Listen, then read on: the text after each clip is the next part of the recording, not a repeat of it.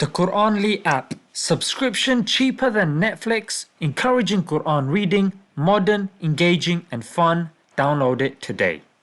Robert Maxwell, owner of the Daily Mirror, you say that he was an Israeli agent. You say that his daughter Ghislaine also, though, worked for Israel, and it was Robert Maxwell who introduced Jeffrey Epstein to Ghislaine Maxwell. Assalamu alaikum guys, and welcome to another episode of Smile to Jannah. You may be wondering why certain powerful and influential people are hell-bent on supporting Israel despite the extortionate amount of violence that we are seeing from them on a daily basis. Do you support a ceasefire? And if not, why not? Well, I don't know how you can have a ceasefire, permanent ceasefire, with an organization like Hamas, which is dedicated to turmoil and chaos and destroying the state of Israel. Well, I'll give you one word, mate. Blackmail. Even though the clip that I'm going to show you is of a ex-Mossad, and we know that if you're part of a secret service, be it MI6, CIA, Mossad, you never become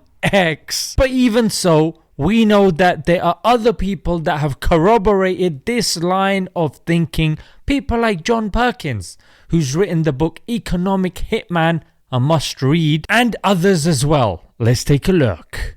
I suppose what the most alarming allegations that you've been making are that the entire Epstein operation was a honey trap operation to entrap politicians, policymakers, celebrities, people in the media eye, basically to become Israel's assets.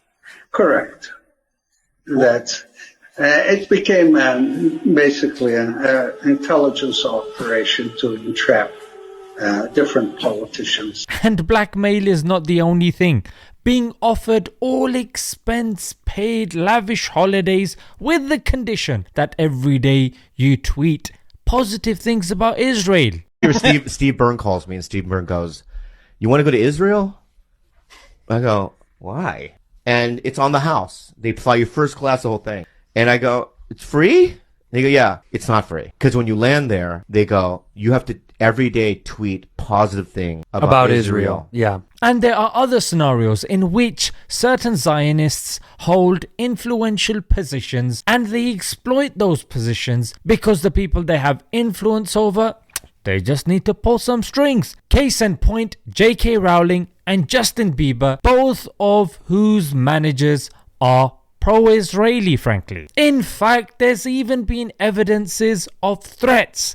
Here you've got the wife of British boxer Amir Khan, who has received an anonymous message from the Israelis to cease. Otherwise, there's gonna be problems, mate. So this nasty little Israeli man is threatening a woman anonymously. It definitely sounds like an IDF soldier, frankly. How brave! A video on this I thought was absolutely necessary because we are being gaslit, i.e. we're being told that the reality that we're seeing is actually false, i.e. the people that are the oppressors are being sold to us as the victims, and that it just for any reasonable person, it's so frustrating to see that, especially when you have influential, academic leaders of our communities that also sing from the same rap sheet, and we wonder why.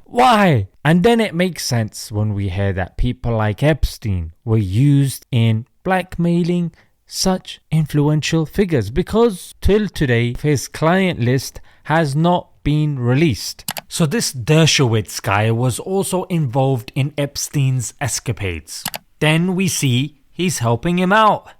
Then is it any wonder why he's saying nonsense like this? Remember that the citizens of Gaza, these innocent civilians who so many people are shedding tears about, they voted for Hamas in the last election, and they would probably vote for Hamas today. So yeah, they're non-combatants, they're civilians, but they're supporters of Hamas. Let's leave it there, guys. Until next time, Assalamu alaikum.